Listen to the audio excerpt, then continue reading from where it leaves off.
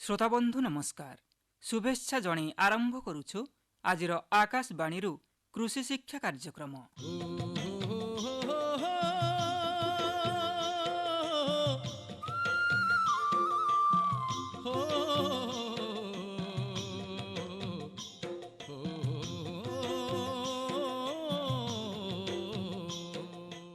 श्रोताबंधु, चाषी भाईटीए माटी सह माटी हेई हाड़भंगा परिश्रम करी खेतरे काम करे। सेथिरु जो 2 पैसा मिले सेथिरे तार परिवार को चलई निए। अजथारे अन्य उपरे बोझ न हेई निज पारिबा मुताबक काम करी परंतु परिवारर अन्यान्य सदस्यंकर परिश्रमर बोझकु हालका करिबारे चेष्टा करे। आजिका तारिखरे किछि उच्च शिक्षित युवगोष्ठी मध्य चाष कार्य करिबाकु आगेई आसिलेनी। वैज्ञानिक उपाय अवलंबन करी कृषि यांत्रिक प्रणाली माध्यमरे चाषर आयकु द्विगुणित करिबार अनेक उदाहरण आम समाजरे देखागलानी। वैषयिक ज्ञानर सदुपयोग फलरे कृषिर उन्नति संभव हेलानी। परिवर्तित जलवायु सह खाप खुआउथिबा चाष करी चाषी भाई छोट बड़ विपत्तिरु उधुरिलानी।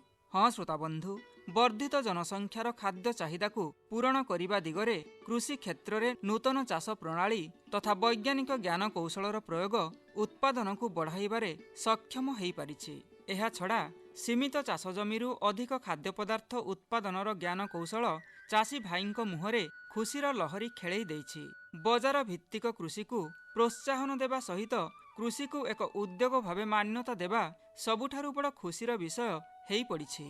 धान चाष, पनीपरिबा चाष ठारु आरंभ करी उद्यान कृषि पर्यंत प्रत्येकटी क्षेत्र में एबेर चाषी भाई खूब सशक्त। खरीफ फसल ठारु आरंभ करी रबी फसल पर्यंत प्रत्येकटी फसल पर्याୟରେ एबे से आगुआ। एहा छड़ा गो पालन, छेली पालन, कुकुड़ा पालन, महुमाछी पालन, माछ चाष आदि विभिन्न क्षेत्र में से पारंगम। हाँ श्रोताबंधु, एबेर चाषी भाई निज गोड़े निजे ठिया हेई अन्य को बंचिबार राहा जोगाउछि। अक्लांत परिश्रम, प्रचेष्टा एवं सर्वोपरि निज उपरे आत्मविश्वास ही ताकु आत्मतृप्ति देइछि। आउ से आत्मतृप्ति ही हस फुटेइछि साधारण जनतांक उठरे। श्रोताबंधु, आसंतु चाषी भाईर से अनाबिल हसकु से आत्मीयताकु आहुरी प्रस्फुटित करिबा, निजे बंचिबा सह अन्य को बंचिबार राहा देखाइबा। श्रोताबंधु, आपण मानंक सह कथा हेउ हेउ संज हेइगलानी। आसंतु प्रथमे ठाकुरंकर भजनटिए सुनिबा, तापरे कार्यक्रम को आगेई नेबा। हे सूर्य हे दिवाकर, हे सूर्य हे दिवाकर, तुमे सकल शक्तिर आधार, तुमे सकल शक्तिर आधार, तुमे परम ब्रह्म, तुमे निराकार, तुमे परम ब्रह्म, तुमे निराकार, तुमे स्रष्टा जीव जगतर। हे सूर्य हे दिवाकर, तुमे सकल शक्तिर आधार।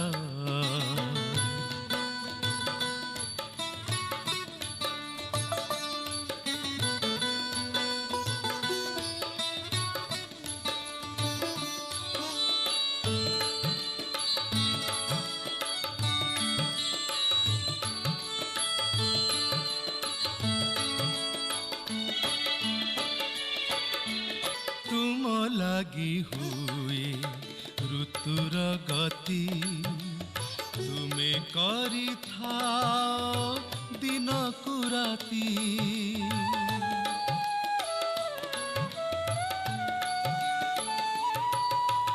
जगत पिता हे विश्वपालक धर्मदेव नामे विश्व वंदित विश्व ब्रह्मांडर सृष्टिकर्ता तुमे विश्व ब्रह्मांडर सृष्टिकर्ता तुमे तो ईश्वर परमेश्वर हे सूर्य हे दिवाकर तुमे सकल शक्तिर आधार।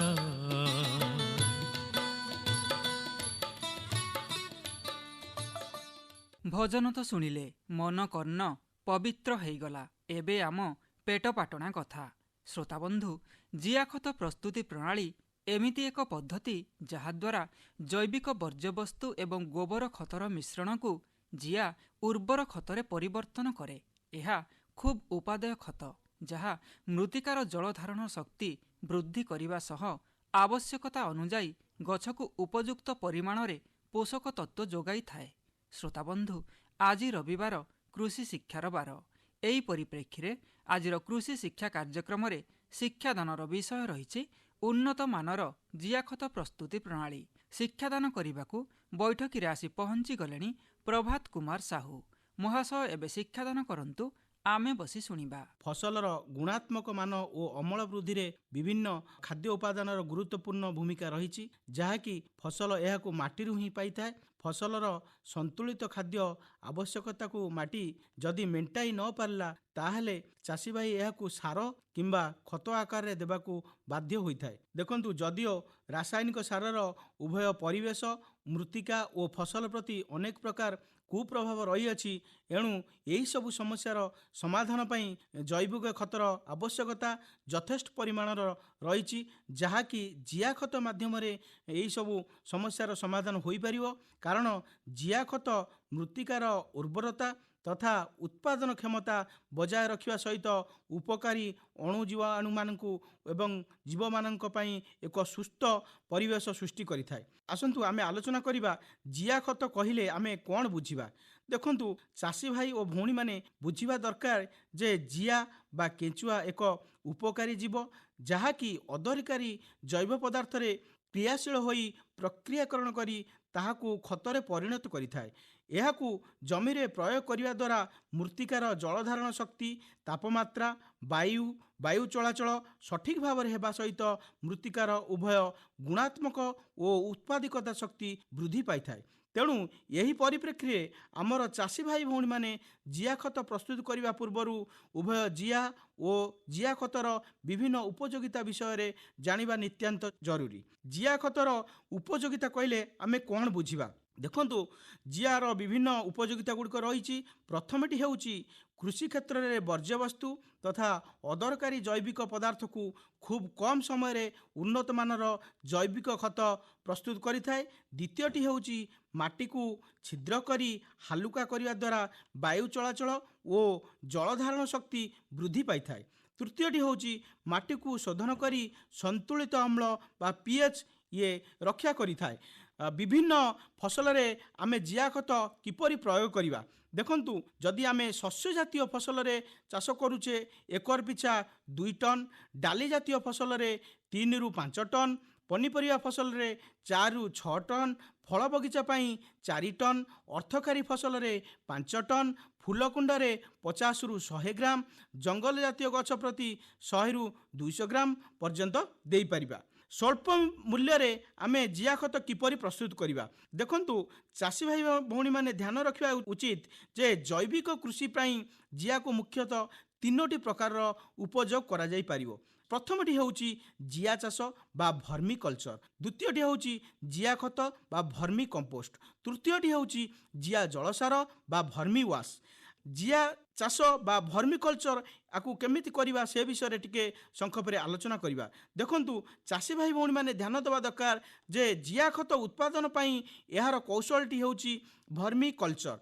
कारण भर्मी होउची जिया, कल्चर होउची चाष। तेणु इलुसियाना फोइटिडा, लुम्ब्रिकस सुरबेलस, यूडलस यूजेनी एवं एस्पाभेटस आदि जिया भर्मी उत्कृष्ट खत प्रस्तुत करिपारुथिबा जिया बा केंचुआ उपयोग कराଯାଇଥାଏ। विभिन्न प्रकार फसलर वर्ज्यवस्तु पनीपरिबा चोपा गछर डालपत्र घास सढ़ा गोबर खत छेली लंदी आदि जिया मानकु खाइबाकू देले सेमाने ए प्रकार आवर्जना को खाई हजम करी मल ओ लाल आकार निष्कासन करिथांती। फलस्वरूप एगुड़िकर उपकारी जीवाणु हर्मोन ओ खाद्य प्राण थिबारु फसल रे रोग प्रतिरोधक शक्ति बढ़ाई गुणात्मक अमल प्रदान करिथाए। तेणु जिया चाष को आम केतगुड़िए उद्देश्य पर व्यवहार करवा। से उद्देश्य गुड़िकर प्रथमटी होउची चाषी भाई माने जानिबा दरकार सहर और ग्रामांचल रे जैविक आवर्जना को जिया खतरे परिणत करवा। द्वितीयटी होउची गृहपालित प्राणी और पक्षी मानकर मल और आवश्यकता को अधिक उपयोगी पदार्थ रे परिणत करवा। तृतीयटी होउची कृषिभित्तिक शिल्परू निर्गत वर्ज्यवस्तु को विघटन करवा। चतुर्थटी होउची रासायनिक और अणरासायनिक सार उपरे निर्भरशीलता को ह्रास करवा। पंचमटी होउची उभय मृत्तिका और फसलर उत्पादिका और उत्पादनता वृद्धि करवा। षष्ठटी होउची विभिन्न फसल और पनीपरिबार गुणात्मक मान बढ़ाइबा सहित यार स्वाद वर्ण और साहित्य गुण रे उन्नति आनिबा। सप्तमटी होउची जियारू विभिन्न विदेशी व्यंजन और औषध प्रस्तुत करवा। ये जो जिया खत आम प्रस्तुत करवा प्रथम आम घरोई भाव जिया खत प्रस्तुत करिपरिबा। एथिपाई विशेष किछि आमको कष्ट करने को पड़ोनी।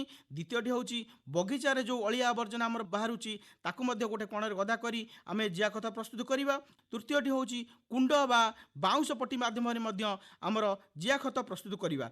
देखंतु आम जदि कुंड और बाउंश पट्टी माध्यम करुचे चाषी मैंने ध्यान देवा दरकार। यही प्रकार पद्धति साधारणतः अपेक्षाकृत जैव पदार्थ अलिया आवर्जना इत्यादि मिलुवा स्थान मानकरे सठिक भाव में प्रणयन होता है। यही प्रकार जिया खत प्रस्तुत करने पूर्व सर्वप्रथमे छाई स्थान में एक आयतकार आबद्ध क्षेत्र प्रस्तुत करी से जैविक पदार्थ गुड़िक स्तर स्तर करी जमा करंतु।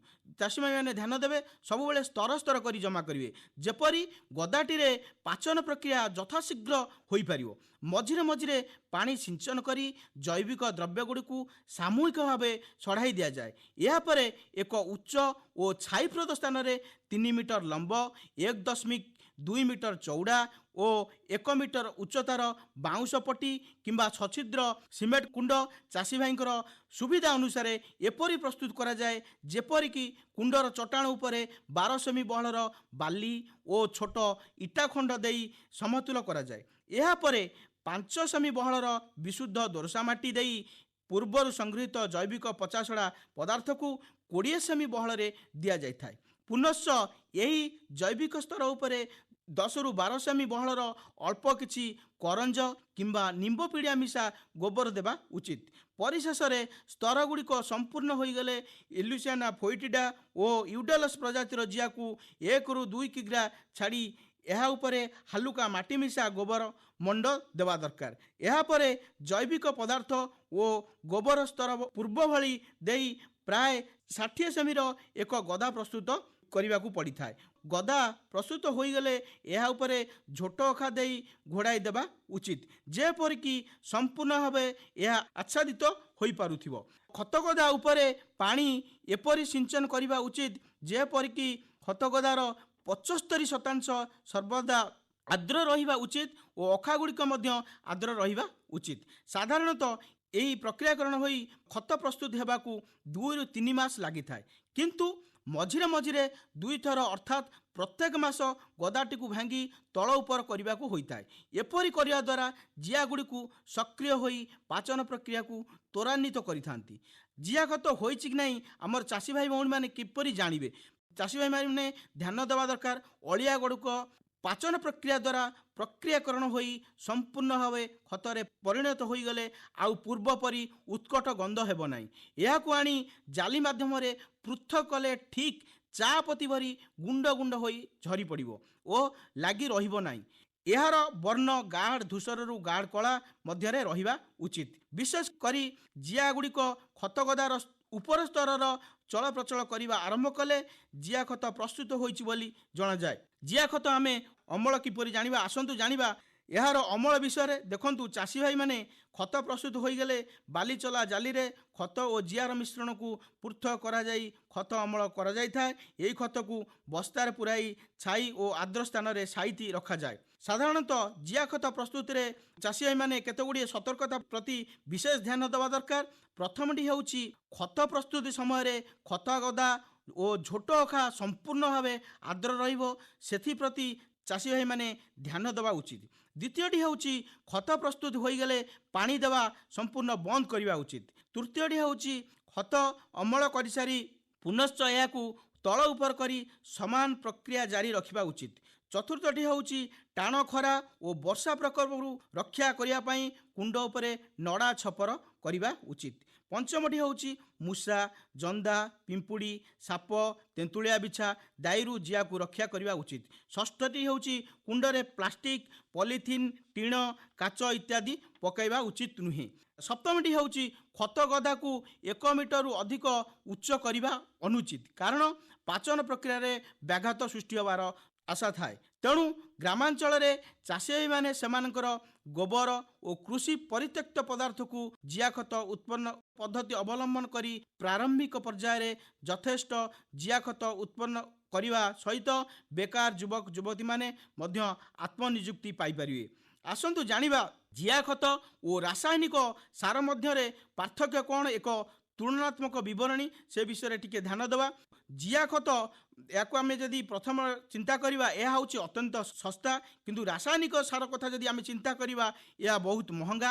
ଦ୍ୱିତୀୟଟି ହେଉଛି ଜିଆ ଖତ ମାଟିର ଉର୍ବରତା ଶକ୍ତି ବୃଦ୍ଧି କରେ, କିନ୍ତୁ ରାସାୟନିକ ସାର କ୍ରମାଗତ ବ୍ୟବହାର କରିବା ଦ୍ୱାରା ଉର୍ବର ଶକ୍ତି ହ୍ରାସ ପାଇଥାଏ। ଜିଆ ଖତ ବ୍ୟବହାର କରିବା ଦ୍ୱାରା ଜଳ ଜମି ବାୟୁ ସ୍ୱଚ୍ଛ ରହିଥାଏ, କିନ୍ତୁ ରାସାୟନିକ ସାର ବ୍ୟବହାର କରିବା ଦ୍ୱାରା ପ୍ରଦୂଷଣ ବଢ଼ିଥାଏ। ଚତୁର୍ଥଟି ହେଉଛି ଜିଆ ଖତ ବ୍ୟବହାର କଲେ ପାଣିର ଆବଶ୍ୟକତା କମ୍ ପଡ଼ିଥାଏ, କିନ୍ତୁ ରାସାୟନିକ ସାର କ୍ଷେତ ପାଇଁ ଅଧିକ ପାଣିର ଆବଶ୍ୟକତା ପଡ଼ିଥାଏ। ଜିଆ ଖତ କୀଟନାଶକ ଔଷଧ ପ୍ରୟୋଗ ହ୍ରାସ ପାଏ, କିନ୍ତୁ ଆମର ରାସାୟନିକ ସାର ବ୍ୟବହାର କରିବା ଦ୍ୱାରା କୀଟନାଶକର ଅଧିକ ଆବଶ୍ୟକତା ପଡ଼ିଥାଏ। ଜିଆ ଖତ ବ୍ୟବହାର କଲେ ଫସଲ, ଫଳ ଇତ୍ୟାଦିର ସ୍ୱାଦ ବଢ଼ିଥାଏ, କିନ୍ତୁ ରାସାୟନିକ ସାରରୁ ଉତ୍ପନ୍ନ ହେଉଥିବା ଫସଲ ଫଳର ସ୍ୱାଦ କମ୍ ହୋଇଥାଏ। ଜିଆ ଖତ ବ୍ୟବହାର କରିଥିବା ସବୁ ପ୍ରକାର ପୋଷକ ତତ୍ତ୍ୱ ଓ ଲଘୁ ପୋଷକ ମିଳିଥାଏ, ତେଣୁ ମାଟି ପାଇଁ ଇଏ ଏକ ସନ୍ତୁଳିତ ଆହାର। କିନ୍ତୁ ରାସାୟନିକ ସାରରେ କିଛି ନିର୍ଦ୍ଦିଷ୍ଟ ପୋଷକ ତତ୍ତ୍ୱ ଥାଏ, ଏଣୁ ମାଟିର ରାସାୟନିକ ସନ୍ତୁଳନ ନଷ୍ଟ ହେବାର ସମ୍ମୁଖୀନ ବହୁତ ଆଶା ଥାଏ। କିନ୍ତୁ ଜିଆ ଖତ ଚାଷୀ ଭାଇ ନିଜେ ନିଜ ଜମିରେ ତିଆରି କରିପାରିବ, କିନ୍ତୁ ରାସାୟନିକ ସାର ଏହାକୁ ବିଦେଶରୁ ଆମଦାନୀ କରିବାକୁ ପଡ଼ିଥାଏ। ଜିଆ ଖତ ରୋଜଗାର ଚାଷୀ ଭାଇର ବଢ଼ାଇ ପାରିବ, କିନ୍ତୁ ରାସାୟନିକ ସାର ଚାଷୀ ଭାଇର ରୋଜଗାର ବଢ଼ାଇ ପାରିବ ନାହିଁ। ଜିଆ ଖତ ପ୍ରସ୍ତୁତି ପାଇଁ ବିଜୁଳି କିମ୍ବା ଡିଜେଲ ଆବଶ୍ୟକତା ପଡ଼େ ନାହିଁ, କିନ୍ତୁ ରାସାୟନିକ ସାର ପ୍ରସ୍ତୁତି ପାଇଁ ଆମର ବିଜୁଳି ଡିଜେଲର ଆବଶ୍ୟକତା ପଡ଼ିଥାଏ। ଆସନ୍ତୁ ଆମେ ଜାଣିବା ଜିଆ ଖତରୁ ମିଳୁଥିବା କେତେଗୁଡ଼ିଏ ପୋଷକ ତତ୍ତ୍ୱ ସେଥିରେ କ'ଣ କ'ଣ ରହିଛି ଆମେ ଜାଣିବା ଦରକାର। ଜିଆ ଖତରେ ଯବକ୍ଷାରଜାନ କଥା ଯଦି ଆମେ ଚିନ୍ତା କରିବା 1.25ରୁ 2.5 ପର୍ଯ୍ୟନ୍ତ ରହିଛି। ଆଉ ଆମର ଫସ୍ଫରସ୍ କଥା ଯଦି ଚିନ୍ତା କରିବା 0.75ରୁ 1.6% ରହିଛି। ଯଦି ପଟାସିୟମ୍ କଥା ଚିନ୍ତା କରିବା 0.5ରୁ 1.1% ରହିଛି। ଯଦି କ୍ୟାଲସିୟମ୍ କଥା ଚିନ୍ତା କରିବା 3.0ରୁ 4.0% ରହିଛି। ମ୍ୟାଗ୍ନେସିୟମ୍ କଥା ଯଦି ଚିନ୍ତା କରିବା 3.0ରୁ 4.0% ରହିଛି। ଗନ୍ଧକ କଥା ଯଦି ଚିନ୍ତା କରିବା ppm ହିସାବରେ ଏହା 13 ppm ରହିଛି। ଲୌହ କଥା ଯଦି ଚିନ୍ତା କରିବା 45ରୁ 50 ppm ରହିଛି। ଦସ୍ତା କଥା ଯଦି ଚିନ୍ତା କରିବା 20ରୁ 25 ppm ରହିଛି। ତମ୍ବା କଥା ଯଦି ଚିନ୍ତା କରିବା 4ରୁ 5 ppm ରହିଛି। ମାଙ୍ଗାନିଜ୍ କଥା ଯଦି ଚିନ୍ତା କରିବା 60ରୁ 70 ppm ରହିଛି। pH କଥା ଯଦି ଚିନ୍ତା କରିବା 7ରୁ 7.80 ଆର pH ରହିଛି। କାର୍ବନ ଆଉ ନାଇଟ୍ରୋଜେନ୍ ଯେଉଁଟା ଅନୁପାତ 12:1 ରହିଛି। ଆଉ ତୃତୀୟ ଜିନିଷଟି ଆମର ହେଉଛି ଯେଉଁଟାକି ଆମେ ଭର୍ମି ୱାଶ୍ ବା ଜିଆ ଖତ ଧୁଆକଳ ତାକୁ କହୁଛେ, ବିଷୟରେ ଆମେ ସଂକ୍ଷେପରେ ଆଲୋଚନା କରିବା। ଭର୍ମି ୱାଶ୍ ବା ଜିଆ ଖତ ଧୁଆକଳ ଏକ ଶସ୍ତା ଓ ଉତ୍ତମ ପତ୍ର ସିଞ୍ଚନ ଦ୍ରବ୍ୟ। ଜିଆ ମାଟି ଭିତରେ ଚଳପ୍ରଚଳ ହେଉଥିବା ବେଳେ ତା ଭିତରେ ସରୁ ନାଳିମାନ ତିଆରି କରି ଚାଲିଯାଏ। ଏହି ନାଳି ଭିତରେ ଦେଇ ମାଟିରେ ଥିବା ପୋଷକ ପାଣି ଦ୍ୱାରା ବୋହିଯାଇ ଗଛର ଚେର ପାଖରେ ପହଞ୍ଚିଥାଏ। ଚେର ଏହି ପୋଷକ ଯୁକ୍ତ ପାଣିକୁ ଶୋଷି ନେଇ ଗଛର ଉପର ଅଂଶକୁ ପଠାଇ ଦିଏ। ଏହି କୌଶଳ ଅବଲମ୍ବନ କରି ମାଟି କୁଣ୍ଡ ପଦ୍ଧତିରେ ଭର୍ମିୱାସ୍ ସଂଗ୍ରହ କରାଯାଏ। ସଂଗୃହୀତ ଭର୍ମିୱାସ୍ ଗଛ ପାଇଁ ଟନିକ୍ ଭାବରେ କାର୍ଯ୍ୟ କରେ। ଏହି ଜଳ ଫସଲକୁ ହୃଷ୍ଟପୁଷ୍ଟ ରଖିବା ସାଙ୍ଗକୁ ରୋଗପୋକ ନିରୋଧକ ଶକ୍ତି ମଧ୍ୟ ବଢ଼ାଇଥାଏ। ଜିଆକୁ କୃଷକର ବନ୍ଧୁ ବୋଲି କୁହାଯାଏ। ତେଣୁ ଜିଆ ଖତରେ ବହୁତ ଗୁଡ଼ିଏ ପରିବେଶ ପ୍ରତି ସକାରାତ୍ମକ ଭୂମିକା ରହିଛି। ଜିଆ ଖତ କିଲୋ ପ୍ରତି 10ରୁ 15 ଟଙ୍କା ପର୍ଯ୍ୟନ୍ତ ବିକ୍ରି ହୋଇପାରୁଛି। ଜିଆ କିଲୋ ପ୍ରତି 500ରୁ 600 ଟଙ୍କା ପର୍ଯ୍ୟନ୍ତ ବିକ୍ରି ହୋଇପାରୁଛି ଏବଂ ଜିଆ ଜଳସାର ଲିଟର ପ୍ରତି 40ରୁ 50 ଟଙ୍କା ପର୍ଯ୍ୟନ୍ତ ବିକ୍ରି ହୋଇପାରୁଛି। ଜିଆ ଆମକୁ ଜନ୍ମ କରିଛି ଆମର ମା, ମାଟି ଆମର ମା। ତେଣୁ ମାଟି ମାର ସୁରକ୍ଷା ରଖିବା ପାଇଁ ଜିଆ ଖତର ଭୂମିକା ଅତୁଳନୀୟ। ବର୍ତ୍ତମାନ ପରିସ୍ଥିତିରେ ଓଡ଼ିଶାର ଅଧିକାଂଶ ମୃତ୍ତିକା ରାସାୟନିକ ସାର ଅତ୍ୟଧିକ ବ୍ୟବହାର ଫଳରେ ଅମ୍ଳୀୟ ହେବାରେ ଲାଗିଛି। ମାଟିରେ ଜୈବ ଅଂଶ ବହୁତ କମ୍ ରହୁଛି। ତେଣୁ ପ୍ରତି ଚାଷୀ ଭାଇ ରାସାୟନିକ ସାର ଉପରେ ନିର୍ଭର ହେଉଛନ୍ତି, ଜୈବ ଅଂଶ ବ୍ୟବହାର କମ୍ କରୁଛନ୍ତି। ତେଣୁ ପ୍ରତ୍ୟେକ ଚାଷୀ ଭାଇ ଓ ଭଉଣୀମାନେ ହୃଦୟଙ୍ଗମ କରିବା ଦରକାର ଯେ ଗୋବର ଖତ, ଜିଆ ଖତ, ଧଣିଚା ଚାଷ ଆଦି କରି ମାଟିରେ ଜୈବ ଅଂଶ ବଢ଼ାଇବାକୁ ସେମାନେ ଚେଷ୍ଟିତ ହେବା ଦରକାର। ଜିଆ ଖତ ପ୍ରସ୍ତୁତି ପାଇଁ ଚାଷୀ ଭାଇ 1000ରୁ 2000 ଟଙ୍କା ଖର୍ଚ୍ଚ କରି ସିମେଣ୍ଟ ନନ୍ଦ ବସାଇ ପରେ ସବସିଡ଼ି ଆଣି ବଡ଼ ଆକାରରେ ତାକୁ କରି ଏହାକୁ ରୋଜଗାରର ମାଧ୍ୟମ ରୂପେ ବାଛିପାରିବେ। ବର୍ତ୍ତମାନ ପରିସ୍ଥିତିରେ ଯେକୌଣସି ପନିପରିବା ହେଉ କିମ୍ବା ଶସ୍ୟ ଜାତୀୟ ଖାଦ୍ୟ ହେଉ, ତାହାର ସ୍ୱାଦ ନ ହେବାର ମୁଖ୍ୟ କାରଣ ହେଉଛି ରାସାୟନିକ ସାର ଓ ଔଷଧର ଅତ୍ୟଧିକ ବ୍ୟବହାର। ତେଣୁ ଏହି କାର୍ଯ୍ୟକ୍ରମ ମାଧ୍ୟମରେ ମୁଁ ସମସ୍ତ ଚାଷୀ ଭାଇ ଭଉଣୀମାନଙ୍କୁ ଅନୁରୋଧ କରୁଛି ଯେ ସମସ୍ତେ ଜୈବିକ କୃଷି ପ୍ରତି ଆକୃଷ୍ଟ ହେବା ସହିତ ଜିଆ ଖତ ଉତ୍ପାଦନ ଲାଗି ଚେଷ୍ଟା କରିବା ଦରକାର। ମାତ୍ର 2ରୁ 2.5 ମାସ ସମୟ ସୀମା ମଧ୍ୟରେ ଜିଆ ଖତ ପ୍ରସ୍ତୁତ ହୋଇପାରିବ। 40% ଗୋବର ଓ 60% ଘରୁ ବାହାରୁଥିବା ଅନାବନା ଅଳିଆ, ଜମିରୁ ବାହାରୁଥିବା ଫସଲର ଅବଶେଷକୁ ବ୍ୟବହାର କରି ଜିଆ ଖତରେ ବ୍ୟବହାର କରିବା ଦରକାର। ତେଣୁ ମାଟିକୁ ସୁସ୍ଥ ରଖିବାକୁ ହେଲେ ଜିଆ ଖତ ପ୍ରସ୍ତୁତ କରିବାକୁ ପଡ଼ିବ।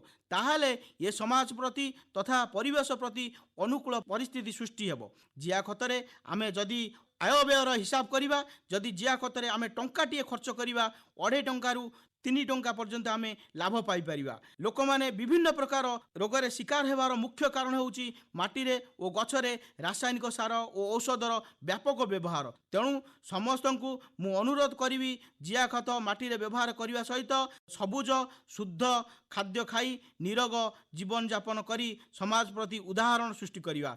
ମାଟି ଆମର ମା, ମା ବଞ୍ଚିଲେ ଜିଆ ବଞ୍ଚିବ, ଜିଆ ବଞ୍ଚିଲେ ପରିବେଶ ବଞ୍ଚିବ, ପରିବେଶ ବଞ୍ଚିଲେ ଆମେ ବଞ୍ଚିବା। ମହାଶୟ ଖୁବ୍ ସହଜ, ସରଳ ଏବଂ ସୁନ୍ଦର ଭାବରେ ଶିକ୍ଷାଦାନ କଲେ। ଶିକ୍ଷାଦାନରୁ ଆପଣମାନେ କ'ଣ ବୁଝିଲେ ପରୀକ୍ଷା କରିବା ପାଇଁ ମହାଶୟ ଏବେ ପ୍ରଶ୍ନ 3ଟି ଡାକି ଦେଉଛନ୍ତି। ଟିପିକି ରଖନ୍ତୁ।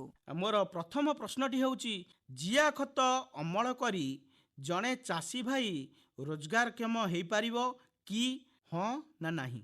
ପ୍ରଶ୍ନଟି ମୁଁ ଆଉଥରେ କହୁଛି, ଜିଆ ଖତ ଅମଳ କରି ଜଣେ ଚାଷୀ ଭାଇ ରୋଜଗାରକ୍ଷମ ହୋଇପାରିବ କି? ମୋର ଦ୍ୱିତୀୟ ପ୍ରଶ୍ନ, ଜିଆ ଖତ ପ୍ରୟୋଗ କଲେ ମାଟି ପାଇଁ ସନ୍ତୁଳିତ ଖାଦ୍ୟ ମିଳିଥାଏ କି ଠିକ୍ ନା ଭୁଲ? ପ୍ରଶ୍ନଟି ମୁଁ ଆଉଥରେ କହୁଛି, ଜିଆ ଖତ ପ୍ରୟୋଗ କଲେ ମାଟି ପାଇଁ ସନ୍ତୁଳିତ ଖାଦ୍ୟ ମିଳିଥାଏ କି ଠିକ୍ ନା ଭୁଲ? ମୋର ତୃତୀୟ ପ୍ରଶ୍ନ ହେଉଛି, ଜିଆମାନଙ୍କର ଶତ୍ରୁ କିଏ? ତୃତୀୟ ପ୍ରଶ୍ନଟି ମୁଁ ଆଉଥରେ କହି ରଖୁଛି, ଜିଆମାନଙ୍କର ଶତ୍ରୁ କିଏ? ପ୍ରଶ୍ନ 3ଟି ତ ଲେଖି ସାରିବେଣି। ଏବେ ଆଉ ଡେରି ନ କରି ଏହାର ଠିକ୍ ଉତ୍ତର ଲେଖି ଆମ ପାଖକୁ 7 ଦିନ ମଧ୍ୟରେ ଚିଠି ପଠାନ୍ତୁ। ଆମର ଠିକଣା ହେଲା ଆକାଶବାଣୀରୁ କୃଷି ଶିକ୍ଷା କାର୍ଯ୍ୟକ୍ରମ ମାର୍ଫତ କେନ୍ଦ୍ର ନିର୍ଦ୍ଦେଶକ ଆକାଶବାଣୀ କଟକ, ପିନ୍ 753001। ଶ୍ରୋତାବନ୍ଧୁ, ଗତ 14 ତାରିଖ ଆକାଶବାଣୀରୁ କୃଷି ଶିକ୍ଷା କାର୍ଯ୍ୟକ୍ରମରେ ଶିକ୍ଷାଦାନର ବିଷୟ ଥିଲା ସବୁଜ ଗୋଖାଦ୍ୟ ପାଇଁ ଘାସ ଚାଷ। ଶିକ୍ଷାଦାନ କରିଥିଲେ ଡକ୍ଟର ପ୍ରଭାତ କୁମାର ପାଢ଼ୀ। ଶିକ୍ଷାଦାନ ଶେଷରେ ମହାଶୟ ଯେଉଁ ପ୍ରଶ୍ନ 3ଟି ଡାକି ଦେଇଥିଲେ ତାର ଠିକ୍ ଉତ୍ତର ଏବେ କହି ରଖୁଛନ୍ତି। ଗତ ସପ୍ତାହରେ ଆମର ପ୍ରଥମ ପ୍ରଶ୍ନ ଥିଲା ଗୋଖାଦ୍ୟ ଫସଲ କହିଲେ କ'ଣ ବୁଝାଯାଏ? ତାର ଠିକ୍ ଉତ୍ତର ହେଲା ଗୋରୁ ଗାଈମାନଙ୍କୁ ଖାଦ୍ୟ ଭାବରେ ଦେବା ପାଇଁ ଘାସକୁ ଜମିରେ ଚାଷ କରାଯାଇଥାଏ। ଏହାକୁ ଗୋଖାଦ୍ୟ ଫସଲ ଚାଷ କୁହାଯାଇଥାଏ। ଦ୍ୱିତୀୟ ପ୍ରଶ୍ନଟି ଥିଲା ଗୋଖାଦ୍ୟ ହାତିଆ ଘାସ ଚାଷ କଲେ ବାର୍ଷିକ କେତେ ଖର୍ଚ୍ଚ ହୋଇଥାଏ? ତାର ଠିକ୍ ଉତ୍ତର ହେଲା ଗୋଖାଦ୍ୟ ଘାସ ହାଇବ୍ରିଡ୍ ନାପିୟର ବା ହାତିଆ ଘାସ ଚାଷ କଲେ ଏକର ପ୍ରତି ବାର୍ଷିକ 60,000 ଟଙ୍କା ଖର୍ଚ୍ଚ ହୋଇଥାଏ। ଏଥିରେ 8ଟି ଗାଈଙ୍କୁ ବର୍ଷ ସାରା ସବୁଜ ଗୋଖାଦ୍ୟ ଯୋଗାଇ ହେବ। ଏବଂ ତୃତୀୟ ପ୍ରଶ୍ନ ଥିଲା ଆମ ରାଜ୍ୟରେ ଚାଷୀମାନେ କେଉଁ କେଉଁ ଗୋଖାଦ୍ୟ ଘାସ ଚାଷ କରିପାରିବେ। ତାର ଠିକ୍ ଉତ୍ତର ହେଲା ଆମ ରାଜ୍ୟରେ ଚାଷୀମାନେ ଘାସ ଜାତୀୟ ଗୋଖାଦ୍ୟ ଫସଲ ଯଥା ହାତିଆ ଘାସ, ଗିନି ଘାସ, ପାରା ଘାସ, ମକା ଘାସ ଇତ୍ୟାଦି ଚାଷ କରିପାରିବେ। ଏହା ସହିତ ସେମାନେ ଛୁଇଁ ଜାତୀୟ ଫସଲ ଯଥା ବରଗୁଡ଼ି, ଡଙ୍ଗରାଣୀ, ବର୍ସିମକୁ ଗୋଖାଦ୍ୟ ହିସାବରେ ଚାଷ କରିପାରିବେ। ଯେଉଁ ଶ୍ରୋତା ଭାଇ ଓ ଭଉଣୀମାନେ ଠିକ୍ ଉତ୍ତର ଲେଖି ଆମ ପାଖକୁ ଚିଠି ଲେଖିଛନ୍ତି ସେମାନେ ହେଲେ ପ୍ରଫୁଲ୍ଲ କୁମାର ପଣ୍ଡା, ଗ୍ରାମ ମିଟୁଆଣୀ, ପୋଷ୍ଟ ବାରବାଟୀ, ଭାୟା ଖଣ୍ଡପଡ଼ା, ଜିଲ୍ଲା ନୟାଗଡ଼। ଆପଣ ହେଲେ ଦିବ୍ୟଲୋଚନ ଭାରିମଲ୍ଲ, ଗ୍ରାମ ପୋଷ୍ଟ ମୋଟା, ଭାୟା ଜଙ୍କିଆ, ଜିଲ୍ଲା ଖୋର୍ଦ୍ଧା। ଆପଣ ହେଲେ ସୂର୍ଯ୍ୟମଣି ନାଥ, ଗ୍ରାମ ପୋଷ୍ଟ ହାତୀବାରି, ସୁକିନ୍ଦା, ଜିଲ୍ଲା ଯାଜପୁର। ଏବଂ ଆପଣ ହେଲେ ଅଞ୍ଜୁ ଦାସ, ପାରେଶ୍ୱର ସାହି, ଷ୍ଟେସନ ବଜାର, କଟକ। ଯାହା ହେଉ ଶ୍ରୋତା ବନ୍ଧୁ, ଆପଣମାନେ ଠିକ୍ ଉତ୍ତର ଲେଖି ଆମ ପାଖକୁ ନିୟମିତ ଭାବରେ ଚିଠି ପଠାଉଥିବାରୁ ଆପଣମାନଙ୍କୁ କୃଷି ଶିକ୍ଷା ପରିବାର ତରଫରୁ ଅନେକ ଅନେକ ଧନ୍ୟବାଦ। ଶ୍ରୋତା ବନ୍ଧୁ, ଆଜି ତ ସମୟ ହେଇଗଲାଣି। ତେବେ ଆଜିର ଆକାଶବାଣୀରୁ କୃଷି ଶିକ୍ଷା କାର୍ଯ୍ୟକ୍ରମକୁ ଏଇଠି ରଖି ରହୁଛୁ। ନମସ୍କାର।